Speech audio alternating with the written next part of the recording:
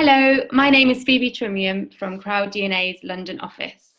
As part of this NewMR series about storytelling, we thought we'd share with you how we make our research and insights as impactful as possible at Crowd by using editorial techniques to write and edit our stories.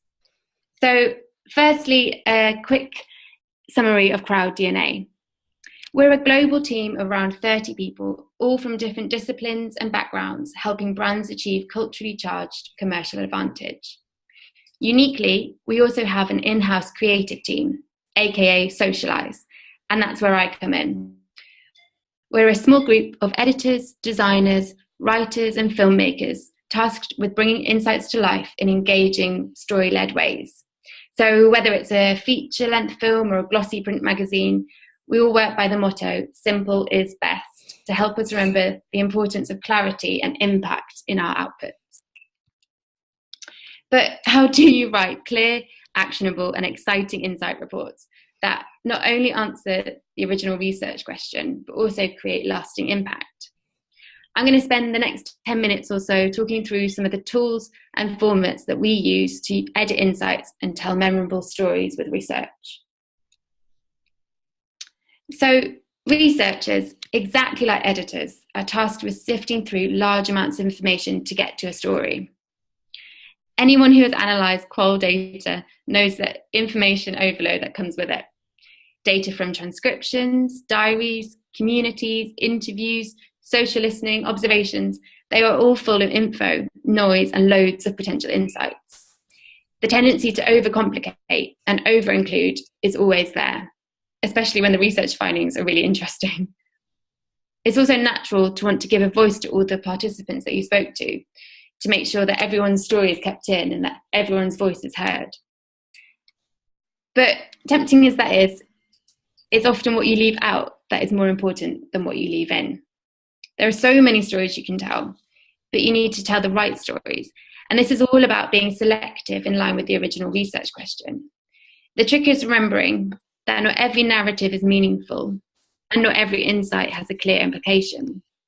So simply take them out. And I realise that's much easier said than done. So we use the so what stress test at Crowd. If you can't come up with a good reason for an insight to be included, then you've got to get rid of it. Once you've got your story, treat it like a mission and shave off anything unrelated to helping you complete that mission. What hopefully results is a clear, unclouded summary, which is your killer answer to the research question. And once you've got that, the next bit is where things get creative. So, like I said, once you've got your story, how do you tell it is the next stage. Because you can write up a debrief in loads of different ways. Here's some formats and devices borrowed from the world of journalism to help you create the most impact with your research story. So, firstly, good storytelling always lies in the connections we make with people who are seemingly different from ourselves.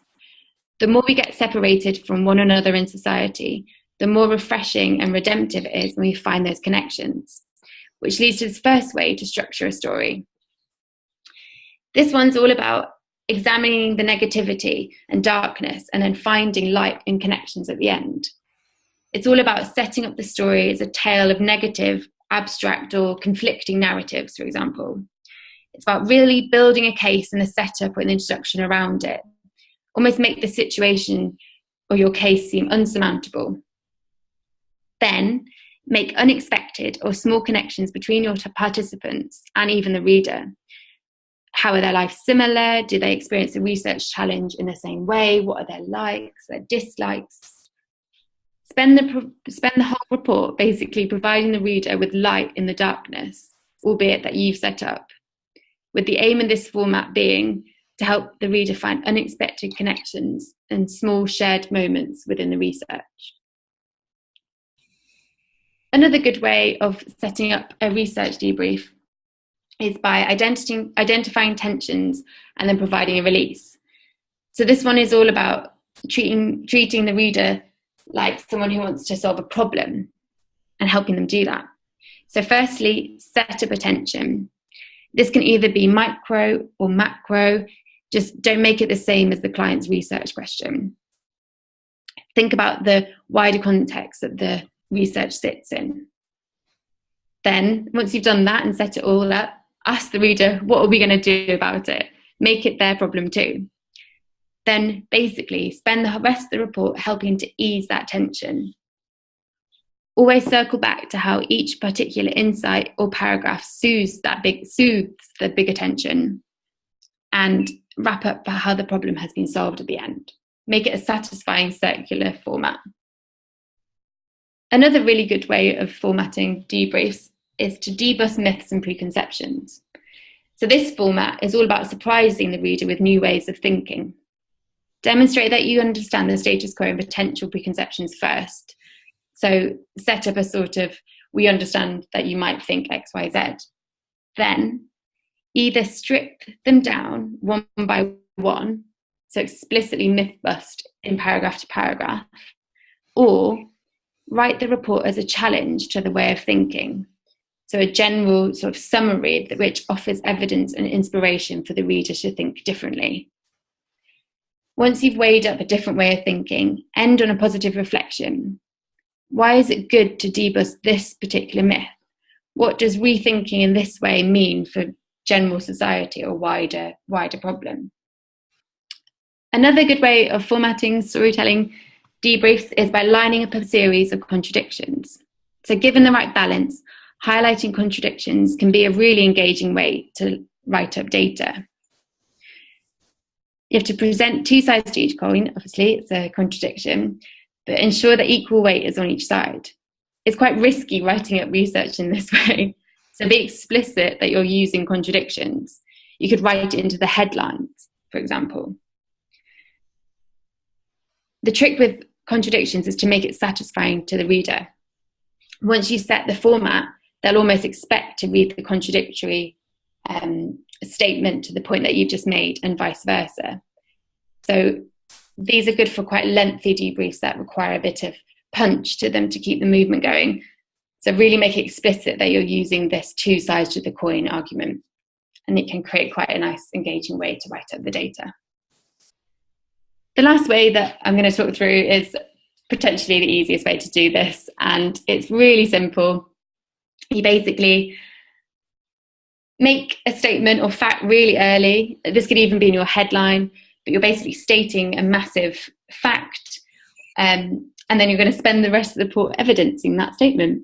So you'll want to litter the whole thing with stats and quotes and data to support your statement. And the whole point of this is to make the reader feel secure. So in every paragraph, your aim of that is to evidence the statement or fact that you made in the upfront. As I said, it's probably the easiest storytelling format to follow, but it's a nice, satisfying way of summarising research.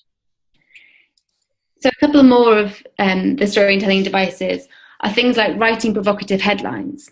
So this is a really important part to a debrief deck or an article or a report, but a headline is basically the hook of the story. This is your chance to get the reader into it, to grab their attention and to make them want to read on. So whether it's a title slate or a beginning of the chapter header, your aim is to basically grab someone's attention and inspire them to open your debrief and get to know the research.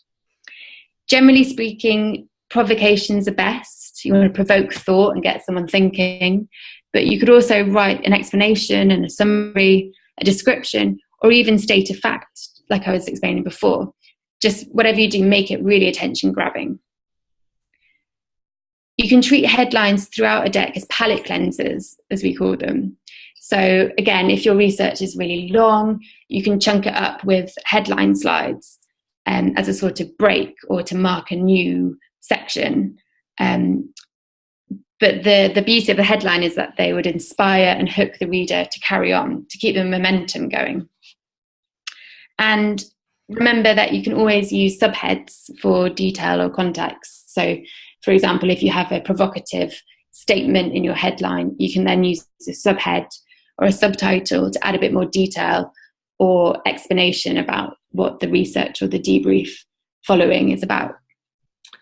Another essential storytelling technique is to open whatever you're writing with impact. So if it's a report or a debrief or an article, there's 4 really clear or good ways to write an introduction or a setup. The first is, again, very simple, and it's making one really clear statement or an impact sentence. So just like headlines before, this is your chance to grab the reader's attention, to make them want to read on, and make one clear statement. The second is laying out the facts. This is the one that everyone does and everyone knows. It's a who, what, and where.